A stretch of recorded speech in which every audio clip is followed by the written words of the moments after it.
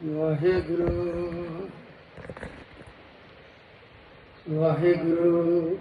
ਉਹ ਗੱਲ ਸਪੀਕਰ ਚੱਲਦੇ ਠੀਕ। ਵਾਹਿਗੁਰੂ। ਅੱਜ ਗੁਰਮੁਖ ਪਿਆਰਿਓ, ਧੰਨ ਧੰਨ ਸ਼੍ਰੀ ਗੁਰੂ ਗ੍ਰੰਥ ਸਾਹਿਬ ਮਹਾਰਾਜ ਜੀ ਦੀ ਹਜ਼ੂਰੀ ਵਿੱਚ ਜੁੜ ਬੈਠੀ ਸਤ ਸੰਗਤ ਜੀ। ਆਓ ਫਤਿਹ ਦਾ ਜਵਾਬ ਫਤਿਹ ਵਿੱਚ ਦਿਓ ਜੀ। ਵਾਹਿਗੁਰੂ ਜੀ ਕਾ ਖਾਲਸਾ, ਵਾਹਿਗੁਰੂ ਜੀ ਕੀ ਫਤਿਹ। ਆਓ ਗੁਰਮੁਖ ਪਿਆਰਿਓ, ਅੱਜ ਫਿਰ ਦਿਲ ਕੀਤਾ ਕਿ ਤੁਹਾਡੇ ਦਰਸ਼ਨ ਕਰਕੇ ਆਈਏ। ਆਹ ਜੋ ਸਿੱਖਿਆ ਆਪਾਂ ਲੈਣੀ ਹੈ, ਇਹ ਖਿਆਲ ਰੱਖਣਾ ਹੈ ਕਿ ਗੁਰੂ ਤੋਂ ਲਾਂਭੇ ਨਹੀਂ ਜਾਣਾ। ਅੱਖਰ ਇੱਧਰ ਲਾਂਭੇ ਨਹੀਂ ਜਾਣਾ, ਅੱਖਰ ਉੱਧਰ ਲਾਂਭੇ ਨਹੀਂ ਜਾਣਾ। ਜੇ ਆਪਣੀ ਮੱਤ ਵਰਤਾਂਗੇ ਤੇ ਫਿਰ ਉਹ ਗੱਲ ਨਹੀਂ ਬਣੇਗੀ। ਇਸ ਕਰਕੇ ਮਹਾਰਾਜ ਨੇ ਪਹਿਲਾਂ ਹੀ ਦੱਸ ਦਿੱਤਾ ਹੈ, ਮਨ ਕੀ ਮਤ ਤਿਆਗੋ ਹਰਜਨ। ਤੇ ਨਾਲ ਕੀ ਦੱਸਿਆ, ਕਹਿੰਦੇ ਇਹ ਹੈ ਮਤ, ਇਹ ਹੈ ਗੱਲ ਕਠੈਣੀ, ਇਹ ਹੈ ਬਾਤ ਕਠੈਣੀ। ਪਹਿਲਾਂ ਕਹਿੰਦੇ ਨੇ ਮਨ ਦੀ ਮਤ ਛੱਡੋ, ਤੇ ਕਹਿੰਦੇ ਨੇ ਇਹ ਹੈ ਬਾਤ ਕਠੈਣੀ, ਕਿ ਹੀ ਛੱਡਣੀ ਔਖੀ। ਇੱਕ ਬੰਦਾ ਆਪਣੀ ਮਤ ਨਹੀਂ ਛੱਡਦਾ। ਗੁਰੂ ਸਾਨੂੰ ਲੱਖ ਸਮਝਾਉਂਦਾ ਹੈ, ਪਰ ਅਸੀਂ ਆਪਣੀ ਮਤ ਵਰਤ ਕੇ ਆਪਣੇ ਅਨੁਸਾਰ ਚੱਲਣਾ ਚਾਹੁੰਦੇ ਹਾਂ। ਜੇ ਗੁਰਮੁਖੋ ਗੁਰੂ ਦੀ ਮਤ ਨਹੀਂ ਲਈ, ਆਪਣੇ ਅਨੁਸਾਰ ਚੱਲੇ, ਤੇ ਫਿਰ ਅਸੀਂ ਇਹ ਜੀਵਨ ਗਵਾ ਜਾਵਾਂਗੇ। ਕਿਉਂਕਿ ਅਸੀਂ ਸਰੀਰ ਨਹੀਂ ਹਾਂ, ਅਸੀਂ ਉਹ ਹਾਂ ਜੋ ਸਰੀਰ ਨੂੰ ਵਰਤਦੇ ਹਾਂ। ਇਹ ਸਰੀਰ ਨੂੰ ਕੀ ਲੱਗਾ, ਜਲ ਕੀ ਭੀਤ ਪਵਨ ਕਾ ਥੰਬਾ, रक्त बुंद का गारा, हाड़ मास नाड़ी को पिंजर, पंखी वसे विचारा। प्राणी क्या मेरा क्या तेरा, जैसे तरवर हंस पंखेरा। महाराज समझाते हैं कि इनू हड्डियां नाड़ी ते पवन विच दिती हुई थंबा, जिन्ना चिर पवन चलदी असीं इहदे विच आउंदे जांदे रहिंदे हां। क्योंकि पवन मालिक ने अपने हथ फड़ लिए साडे नाल संपर्क करा के। पवन प्रयो सगला आकारा, जिन्ने आकार ने, भावें पंछी का है, भावें पशु का है, भावें अपना है, इन्हां सारिआं नूं पवन दे विच परो लिया ते पवन उन्हें अपने हथ विच फड़ ਲਈ। जिन्ना चिर अपने साह लिखे ने, गिण घाले सब दिवस सास न बढ़न घटन तिल साह। ਇਹ ਸਾਹ ਜਿੰਨੇ ਲਿਖੇ ਨੇ, ਨਾ ਤਿਲ ਘਟਦਾ ਤੇ ਨਾ ਤਿਲ ਵੱਧਦਾ। ਮਾਲਕ ਨੇ ਪੂਰੇ ਦਿੱਤੇ ਨੇ। ਜੇ ਕੋਈ ਆਪ ਖਤਮ ਕਰਨਾ ਚਾਹੁੰਦਾ ਹੈ ਤਾਂ ਉਹਦੀ ਮਰਜ਼ੀ ਹੁੰਦੀ ਹੈ, ਉਹਨੂੰ ਕਹਿੰਦੇ ਨੇ ਆਤਮ ਹੱਤਿਆ। ਇਸੇ ਤਰ੍ਹਾਂ ਜਿਵੇਂ ਪੰਛੀ ਮਹਾਰਾਜ ਦੱਸਦੇ ਨੇ, ਤਰਵਰ ਦੇ ਵਿੱਚ ਪੰਛੀ ਹੁੰਦਾ, ਉਹ ਇੱਕ ਦਰਖਤ ਤੋਂ ਉੱਡਦਾ ਹੈ, ਦੂਜੇ ਤੇ ਬਹਿ ਜਾਂਦਾ, ਦੂਜੇ ਤੋਂ ਉੱਡਦਾ, ਤੀਜੇ ਤੇ ਬਹਿ ਜਾਂਦਾ, ਲੇਕਿਨ ਉਹਦਾ ਜਿੱਥੇ ਦਰਖਤ ਤੇ ਬੈਠਦਾ ਹੈ ਉਹਦਾ ਕਬਜ਼ਾ ਨਹੀਂ ਹੋ ਜਾਂਦਾ। ਇਸੇ ਕਰਕੇ ਮਹਾਰਾਜ ਕਹਿੰਦੇ ਨੇ, ਜੈਸੇ ਤਰਵਰ ਹੰਸ ਪੰਖੇਰਾ, ਕਹੇ ਜੀ ਤੂੰ ਅੱਜ ਇਸ ਸਰੀਰ ਦੇ ਵਿੱਚ ਹੈ, ਕੱਲ ਨੂੰ ਕਿਸੇ ਦੂਜੇ 'ਚ ਪਿੱਛੋਂ ਪਤਾ ਨਹੀਂ ਤੂੰ ਕਿੱਥੋਂ ਆਇਆ ਹੋਇਆ, ਪਤਾ ਨਹੀਂ ਕਿੰਨੇ ਜਨਮ ਪਾਏ ਹਾਂ, ਪਤਾ ਨਹੀਂ ਕਦੋਂ ਦੀ ਦੁਨੀਆ ਬਣੀ ਹੈ।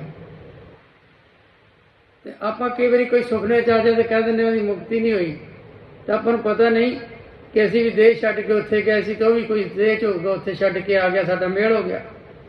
ਤੇ ਮੁਕਤ ਤਾਂ ਜੇ ਆਪਾਂ ਵੀ ਨਹੀਂ ਜਨਮਾਂ 'ਚ ਚੱਲ ਰਹੇ। ਇਸ ਕਰਕੇ ਮਹਾਰਾਜ ਜਦੋਂ ਆਪਾਂ ਇਕੱਲਾ ਸਰੀਰ ਤੱਕ ਸੀਮਿਤ ਰਹਿ ਜਾਂਦੇ ਹਾਂ, ਤੇ ਫਿਰ ਸਾਨੂੰ ਸਮਝਾਉਂਦੇ ਨੇ ਕਿ ਜਿਹਦੇ ਵਿੱਚ ਤੂੰ ਬੈਠਾ ਹੈ, ਝਾਤੀ ਮਾਰ ਵੀ ਇਹ ਹੈ ਕੀ ਹੈ ਇਹਦੇ ਵਿੱਚ। ਤੇ ਗੁਰਬਾਣੀ ਰਾਹੀਂ ਦੱਸਦੇ ਨੇ ਸ਼ਬਦ ਦੇ ਵਿੱਚ, ਜਿਹੜਾ ਸਰੀਰ ਇਹਦੇ ਵਿੱਚ ਕੀ ਹੈ। ਇਹਦੇ ਬਿਸ਼ਟਾ ਅਸ਼ਟ ਰਕਤ ਪਰੇਟੇ ਚਾਮ, ਇਸ ਉੱਪਰਲੇ ਰੱਖਿਓ ਗਮਾਨ। ਤੇ ਜਿਹੜੇ ਸਰੀਰ ਨੂੰ ਤੂੰ ਸਜਾ ਲੈਂਦਾ ਹੈ, ਗਮਾਨ ਕਰਦਾ ਹੈ, ਹੰਕਾਰ ਕਰਦਾ ਹੈ ਜਿਹਦੇ ਉੱਤੇ, ਇਹਦੇ ਵਿੱਚ ਵੇ ਕੀ ਹੈ, ਬਿਸ਼ਟਾ ਹੈ ਗੰਦਗੀ। ਬਿਸ਼ਟਾ ਹੁੰਦੀ ਹੈ ਗੰਦਗੀ, ਰਕਤ ਹੁੰਦੀ ਹੈ ਖੂਨ, ਅਸ਼ਟ ਹੁੰਦੇ ਨੇ ਹੱਡੀਆਂ। ਕਹਿੰਦੇ ਇੱਕ ਚਮੜੇ ਦੇ ਵਿੱਚ ਲਪੇਟਿਆ ਹੋਇਆ, ਇਹ ਕੀ ਲਪੇਟਿਆ ਚਮੜੇ ਦੇ ਵਿੱਚ, ਗੰਦਗੀ, ਬਿਸ਼ਟਾ, ਅਸ਼ਟ, ਹੱਡੀਆਂ, ਰਕਤ, ਖੂਨ। ਤੇ ਕਹਿੰਦੇ ਵੀ ਇਹਦੇ ਤੇ ਕੀ ਗੁਮਾਨ ਕਰਦਾ ਹੈ। ਤੇ ਜਦੋਂ ਆਉਂਦੇ ਆ ਮਹਾਰਾਜ ਹੋਰ ਝਿੜਕ ਮਾਰਦੇ ਨੇ, ਮਨ ਕਾਹੇ ਹੰਕਾਰ ਫਾਰਾ, ਦੁਰਗੰਧ अपवित्र पावन भीतर जो दिसे सो शर, कि जेड़ा तू शरीर है तेरा खत्म होने वाला है, तो वो चीज़ ते काहदा हंकार करदा जिहदे विच गंदगी भरी होई। जदों सानू समझ आउंदी है, सानू सोच आउंदी है, तो फिर असीं अपने आप वल झाती मारते हैं। कोई झाती मार के गुरु के पिछे लग जाता है, कोई बाहर जाते भुल जाता। इस तरह गुरु अर्जन पातशाह महाराज जी के बच्चे ने, उन्होंने विचों 3 बच्चे सी। एक उन्होंने एक पृथ्वी चंद तुसीं सुणदे हो, गुरु अर्जन पातशाह, ते तीसरा महादेव। गुरमुख प्यारे, उन्होंने विचों जिहड़ा महादेव सी वो साधु सुभाਅ सी। जिहड़ा पृथ्वी चंद सी वो जो शब्द विच आपां पढ़िआ इहो जिहा सी, हंकारी सी, पैसे का लालची सी। जिस तरह अज बच्चे वो जाते ने, एक बच्चा चंगा निकल आउंदा है, वो माँ प्यो नूं सुख दिंदा है। एक बच्चा माड़ा निकल आए, वो सारे टब्बर दी घर बार का सत्यानाश करके रख दिंदा। इस तरह पृथ्वी चंद सी, जिहड़ा उहदा पैसे वाल ख्याल सी, लोभ सी, लालच सी कि जिहड़ा पैसा इत्थे आंदा मेरे हत्थ आए। ते दूजे पासे गुरु अर्जन पातशाह बहुत कहणेकार सन, पिता दे भगती भी करते सन, सेवा भी करते सन संगतां दी। और जदों पिता ने कुछ संगतां ने आण के दस्सिया कि पृथ्वी चंद दीयां गल्लां ठीक नहीं, वो गुरु अर्जन पातशाह बारे बड़ा माड़ा सोचते हैं। ते गुरु अर्जन पातशाह पृथ्वी चंद जदों पिता को आए किते, उन्होंने गुरुआं वास्ते संगत सारी इक्को जी हुंदी है। संगत दे बैठिया उन्होंने समझाउणा चाਹਿਆ पृथ्वी चंद नूं, पर पृथ्वी चंद होर गुस्से विच आ गया ते अपने पिता नाल झगड़ा किया कि तुसीं मेरी संगतां दे सामने बेइज्जती की।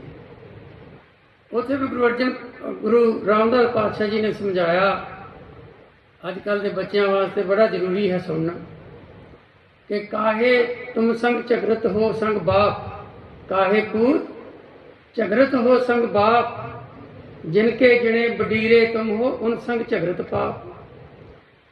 कि हे बच्चे, जेड़े माँ प्यो ने पाल पड़ोस के वड्डा कीता होवे, उन्हां दे नाल झगड़न दा पाप लगदा है।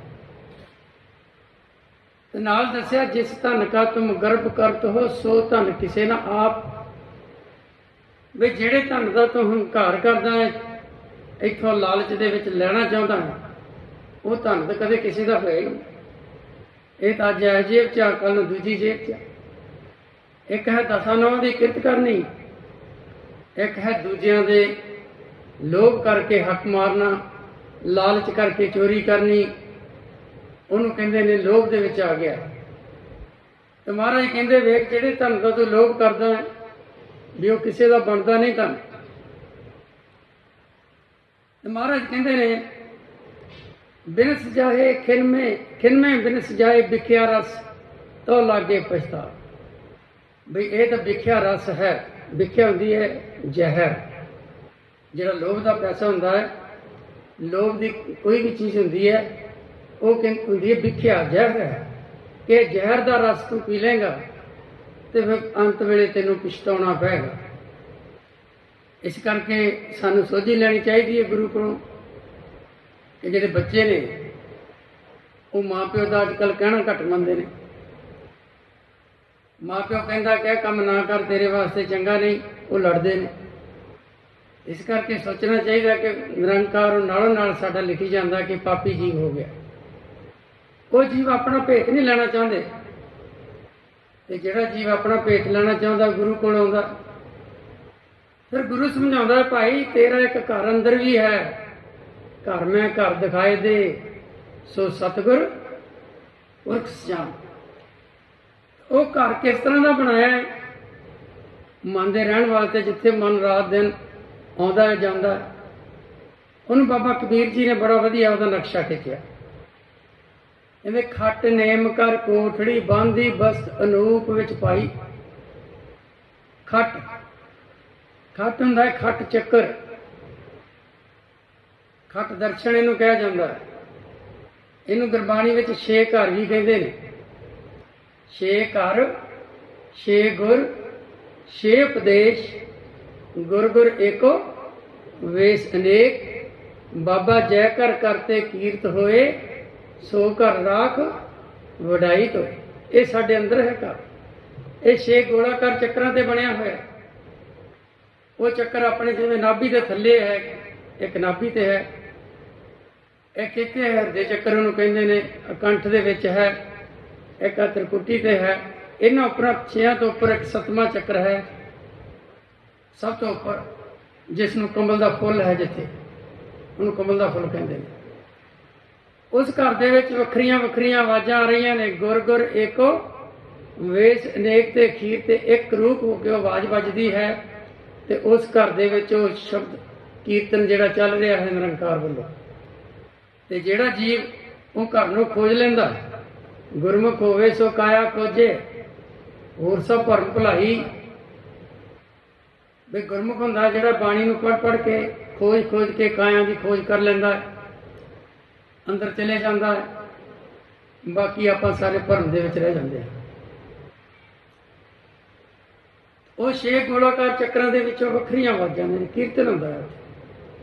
अगे की बाबा जी दसदे ने, खट नेम कर कोठड़ी बांधी, बस अनूप विच पाई। तो उहदे विच एक कीमती वस्तु रख दित्ती है। कीमती वस्तु तो बिना, नाम तो बिना मुक्ति नहीं हुंदी। जे हुण असीं मुक्त होना चाहुंदे हां, सानूं नाम प्राप्त करना पएगा।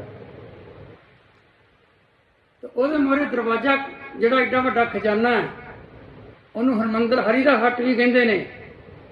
हरमंदर हर का हाट है, विच रखिया शब्द सवार, इस विच सौदा एक नाम, गुरमुख लैन सवार। उस हट का मालक है परमात्मा, हरि का हट, हरमंदर साहब ਉਹਨੂੰ कहते हैं। हर का हट, ਉਹਦੇ ਵਿੱਚ नाम है। तो ਜਿਹੜਾ बाकी बना के उन्हें कला नाम रखा अपने कोल, बाकी बना के उन्हें काल के हवाले कर दिता है।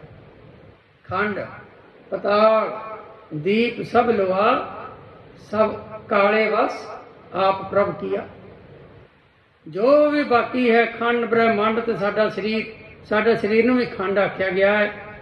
ਇਹਦੇ दुआले 7 खंड सर्कल करते हैं। अठी पैरी 8 खंड, 9वां खंड शरीर। वो 8 खंड किहड़े ने? सूरज जिन्हों कहते सन, संडे ऐतवार, मून चंद मंडे कह देंगे इन्हूं। फिर अगे ट्यूजडे मंगल ग्रह आ जाता है, बुध ग्रह आ जाता है, वीर ग्रह आ जाता है, शुक्र ग्रह आ जाता है, शनिचर ग्रह आ जाता है, 7वीं धरती, 8वां अपना शरीर। ये गुरबाणी च गुरमुख प्यारे समझाया है अपने कुछ, ठीक है ना। समझ समझ के पढ़िया करो भी की इह लिखिया। जिवें आपां गुरबाणी अजकल पढ़ लेंदे हां, आपां वेखीए स्कूले बुकां भी इस तरह पढ़दे हां। जे टीचर स्कूले आपां बुक इस तरह पढ़ीए तो फिर आपां नूं कुੱਟਦਾ है भी आपां नूं आउंदा नहीं कुछ। घर दे भी मारते ने, तू सिक्ख्या की है। तो जो गुरबाणी पढ़ते उदों आपां नूं कोई कहिंदा ही नहीं, भाई भी तेनों सोच समझ के पढ़, ठीक है ना। देखो किड्डियां किड्डियां वधिया चीज़ां दसियां ने निरंकार ने। इहदे विच ब्रह्मंड का ज्ञान दिता है, तुहाडे शरीर का ज्ञान दिता है, कली कली शै समझाई हुई है। इसे करके गुरु साहब ने कहा है, समझे सूझे पढ़ पढ़ बूझे। रोज पानी पढ़ो, और जितों समझ नहीं आती एक दूजे को पूछ लो, ठीक है ना।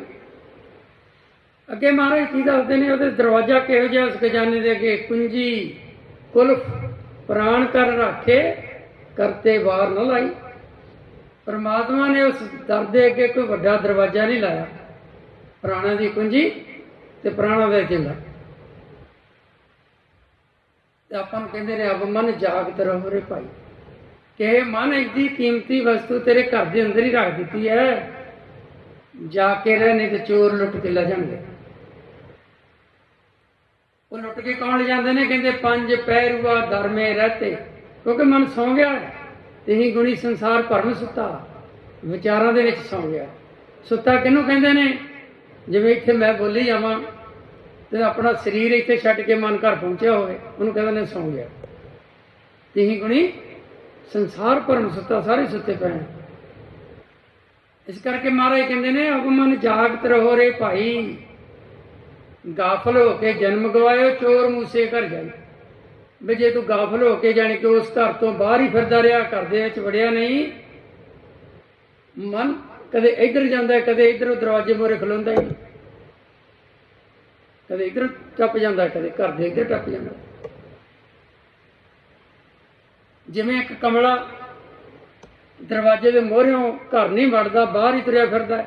ਮਾਂ ਪਿਓ ਕਹਿੰਦੇ ਨੇ ਘਰ ਆ ਜਾ, ਉਹ ਬਾਹਰ ਹੀ ਗੇੜੇ ਮਾਰਦਾ, ਤੁਰਿਆ ਫਿਰਦਾ ਬਾਹਰ ਹੀ, ਘਰੇ ਨਹੀਂ ਵੜਦਾ। ਉਹਨੂੰ ਕਹਿੰਦੇ ਨੇ ਕਮਲਾ ਹੋ ਗਿਆ। ਤੇ ਆਪਾਂ ਨੂੰ ਕਹਿੰਦੇ ਨੇ ਜੇ ਉਸੇ ਤਰ੍ਹਾਂ ਤੁਸੀਂ ਵੀ ਜਨਮ ਗਵਾ ਲਿਆ, ਗਾਫਲ ਹੋਏ ਕੇ ਜਨਮ ਗਵਾਇਆ, ਚੋਰ ਮੂਸੇ ਘਰ ਜਾਈ, ਕਿ ਤੁਹਾਡੇ ਘਰ ਨੂੰ ਚੋਰ ਜਿਹੜੇ ਉਹ ਲੁੱਟ ਕੇ ਲੈ ਜਾਣਗੇ। ਕਿਹੜੇ ਚੋਰ ਨੇ? ਉਹ ਪੰਜ ਪਹਿਰਵਾ, ਕਾਮ ਕਰੋ ਲੋਭ ਹੰਕਾਰ। ਉਹ ਵੀ ਜਿਵੇਂ ਆਪਣੇ ਦੇਹਾਂ ਨੇ, ਇਸੇ ਤਰ੍ਹਾਂ ਦੀਆਂ 5 ਦੇਹਾਂ ਨੇ। ਉਹ ਲੁੱਟਦੇ ਕੀ ਨੇ? ਰੋਜ਼ ਅੰਮ੍ਰਿਤ ਲੁੱਟਦੇ ਨੇ ਤੁਹਾਡਾ। ਇਸ ਦੇਹੀ ਵਿੱਚ 5 ਚੋਰ ਵਸੇ, ਕਾਮ ਕ੍ਰੋਧ ਲੋਭ ਮੋਹ ਹੰਕਾਰਾ, ਅੰਮ੍ਰਿਤ ਲੁੱਟੇ ਮਨਮੁਖ ਨਹੀਂ ਬੁਝੇ। ਉਹ ਮਾਲਕ ਭੇਜਦਾ ਤੇ ਇਹ ਲੁੱਟ ਕੇ ਪੀ ਜਾਂਦੇ ਨੇ, ਤੇ ਜਿਹੜਾ ਆਪਣਾ ਮਨਮੁਖ ਮਨ ਇਹਨੂੰ ਸਮਝ ਨਹੀਂ ਆਉਂਦਾ। 5 ਪਹਿਰਵਾ ਦਰਮੇ ਰਹਤੇ ਤਿਨਕਾ ਨਹੀਂ ਪਤਿਆਰਾ, ਚੇਤ ਸੁਚੇਤ ਚਿਤ ਹੋਏ ਰੋ ਤੋ ਲੈ ਪ੍ਰਕਾਸ਼ ਜਾਰਾ। 9 ਘਰ ਦੇਖ ਜੇ ਕਾਮਣ ਭੁੱਲੀ। 9 ਘਰ ਕਿਹੜੇ ਹੁੰਦੇ ਨੇ? 2 ਅੱਖਾਂ, 2 ਕੰਨ, 4 ਇੱਕ ਮੁਖ, 5 2 ਨਾਸਾਂ, 7 ਤੇ 2 ਮਲ ਮੂਤਰ ਵਾਲੇ 9 ਦਰਵਾਜ਼ੇ, ਜਿਨ੍ਹਾਂ ਦਾ ਆਪਾਂ ਨੂੰ ਭੇਦ ਆ, ਤੇ 10ਵੇਂ ਦਾ ਭੇਦ ਨਹੀਂ ਹੈ। 9 ਘਰ ਦੇਖ ਜੇ ਕਾਮਣ ਭੁੱਲੀ, ਬਸਤ ਅਨੂਪ ਨਾ ਪਾਈ, ਕਹੋ ਕਬੀਰ ਨਵੇਂ ਘਰ ਮੂਸੇ, 10ਵੇਂ ਤੱਤ ਸਮਾਈ। ਹੁਣ ਆਪਾਂ ਨੂੰ 9 ਘਰਾਂ ਦਾ ਭੇਤ ਹੈ, 10ਵੇਂ ਦਾ ਭੇਤ ਨਹੀਂ। ਤੇ ਮਹਾਰਾਜ ਕਹਿੰਦੇ ਜੇ ਭੇਤ ਨਹੀਂ ਲੱਗਾ ਤਾਂ ਵਸਤੂ ਪ੍ਰਾਪਤ ਨਹੀਂ ਕਰ ਸਕੇਗਾ। ਤੱਤ ਜਿਹੜਾ 10ਵੇਂ 'ਚ, 10ਵੇਂ ਤੱਤ ਸਮਾਈ, ਬਈ ਉਹ ਵਸਤੂ ਤੂੰ ਪ੍ਰਾਪਤ ਨਹੀਂ ਕਰ ਸਕੇਗਾ। ਇਸ ਕਰਕੇ ਗੁਰਮੁਖ ਪਿਆਰਿਓ, ਆਪਾਂ ਵੇਖਿਆ ਕਿ ਜੀ ਇਹ ਤਨ ਹੈ ਜਿਹੜਾ, ਇਹਦੇ ਵਾਸਤੇ ਆਪਾਂ ਆਉਂਦੇ ਹਾਂ ਗੁਰੂ ਕੋ, ਮੰਗਦੇ ਹਾਂ, ਮੰਗ ਕੇ ਚਲੇ ਜਾਂਦੇ ਹਾਂ। ਜੋ ਚੀਜ਼ ਸਾਡੇ ਅੰਦਰ ਵਸਤ ਰੱਖੀ ਹੈ, ਆਪਾਂ ਜਾਣਕਾਰੀ ਉਹਦੀ ਲਈ ਲੈਂਦੇ। ਬਣ ਕੇ ਸਾਨੂੰ ਵਣਜਾਰੇ ਭੇਜਿਆ ਗਿਆ। ਵਣਜਾਰੇ ਇੱਕ ਆਪਣੇ ਚੂੜੀਆਂ ਵੇਚਣ ਵਾਲੇ, ਡੱਗੀ ਵੇਚਣ ਵਾਲੇ ਆਉਂਦੇ ਹੁੰਦੇ ਸੀ, ਉਹਨਾਂ ਨੂੰ ਵਣਜਾਰੇ ਕਹਿੰਦੇ ਸੀ, ਵਪਾਰੀ। ਤਾਂ ਆਪਾਂ ਜਿੰਨੇ ਜੀ ਆਉਂਦੇ ਹਾਂ ਉਹਨੇ ਵਣਜਾਰੇ ਬਣ ਕੇ ਆਉਂਦੇ ਹਾਂ, ਵਪਾਰੀ ਬਣ ਕੇ ਆਉਂਦੇ ਹਾਂ। ਜੇਤੇ ਜੀ ਤੇਤੇ ਵਣਜਾਰੇ, ਉਹਨੇ ਵਣਜਾਰੇ ਬਣ ਕੇ ਆਉਂਦੇ ਹਾਂ ਸਵੇਰੇ, ਤੇ ਸਾਡੇ ਆਉਂਦੇ ਨੂੰ ਹੱਟ ਖੁੱਲ ਜਾਂਦੇ ਨੇ। ਜੇਤੇ ਜੀ ਤੇਤੇ ਵਣਜਾਰੇ, ਖੁੱਲੇ ਹੱਟ ਹੋਆ ਵਪਾਰ। ਤੇ ਸਵੇਰ ਤੋਂ ਸਾਡਾ ਵਪਾਰ ਸ਼ੁਰੂ ਹੋ ਜਾਂਦਾ। ਧਿਆਨ ਨਾਲ ਸੁਣਿਓ ਇਹ ਗੱਲ, ਤੇ ਨਾਲ ਵੇਖਿਓ ਵੀ ਵਪਾਰ ਅਸੀਂ ਕਰਨਾ ਕਿਹੜਾ ਸੀ ਤੇ ਕਰੀ ਕਿਹੜਾ ਜਾ ਰਹੇ ਹਾਂ। ਇਹ ਹੱਟ ਕਿਹੜੇ ਨੇ? ਇਹ ਵੈਸੇ 14 ਹੱਟ ਦੱਸੇ ਨੇ। ਦੋਏ ਦੀਏ 14 ਹੱਟ ਨਾਲੇ ਉਹ 14 9 ਦਰਵਾਜ਼ੇ ਪਾ ਕੇ ਬਣ ਜਾਂਦੇ ਨੇ। ਗਿਆਨ ਇੰਦਰੀਆਂ, ਕਰਮ ਇੰਦਰੀਆਂ ਪਾ ਕੇ ਬਣ ਜਾਂਦੇ ਨੇ।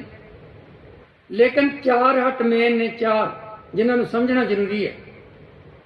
ਉਹ ਹੈ ਰਜੋਗੁਣ ਹੱਟ, ਤਮੋਗੁਣ ਹੱਟ ਤੇ ਸਤੋਗੁਣ ਹੱਟ, ਤੇ ਚੌਥਾ ਹੈ ਨਾਮ ਦਾ ਹੱਟ, ਜਿਹਦਾ ਮਾਲਕ ਆਪ ਹੈ। ਤੇ ਜਿਹੜੇ 3 ਗੁਣ ਨੇ ਇਹ ਕਾਲ ਦੇ ਅਧੀਨ ਨੇ। 3 ਗੁਣ ਕਾਲੇ ਕੀ ਸਰਕਾਰਾ, ਜਿੱਥੇ ਅਸੀਂ ਵਿਚਰਦੇ ਹਾਂ ਰੋਜ਼।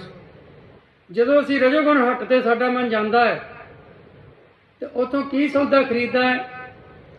ਤ੍ਰਿਸ਼ਨਾਵਾਂ, ਸੈਂਸੇ, ਫਿਕਰ, ਚਿੰਤਾਵਾਂ। ਸਾਰਾ ਦਿਨ ਜੇ ਇਹ ਵਿਚਾਰ ਸਾਨੂੰ ਆਉਂਦੇ ਰਹਿੰਦੇ ਨੇ ਤੇ ਇਹ ਸਮਝ ਲਓ ਕਿ ਅਸੀਂ ਸਵਾਸ ਸੀ ਜਿਹੜੇ ਜਿਨ੍ਹਾਂ ਰਾਹੀਂ ਸੌਦਾ ਨਾਮ ਦਾ ਖਰੀਦਣਾ ਸੀ ਉਹ ਨਹੀਂ ਖਰੀਦਿਆ। ਅਸੀਂ ਸੌਦਾ ਕਿਹੜਾ ਖਰੀਦ ਲਿਆ? ਦੁੱਖ। ਇਹ ਰਜੋ ਗੁਣ ਦੇ ਤ੍ਰਿਸ਼ਨਾਵਾਂ ਦੇ ਵਿੱਚ ਚੱਲੇ ਰਹੇ। ਆਹ ਮੰਗ ਪੂਰੀ ਹੋ ਜਾਏ, ਆਹ ਹੋ ਜਾਏ, ਆਹ ਹੋ ਜਾਏ, ਆਹ ਹੋ ਜਾਏ, ਸਾਰਾ ਦਿਨ। ਤਾਂ ਵਿਚਾਰ ਕਿਹਨੇ ਦਿੱਤੇ? ਜਿਹੜੇ ਪੰਜ ਪਹਿਰੇਦਾਰ ਸੀ, ਪੰਜ ਦੂਤ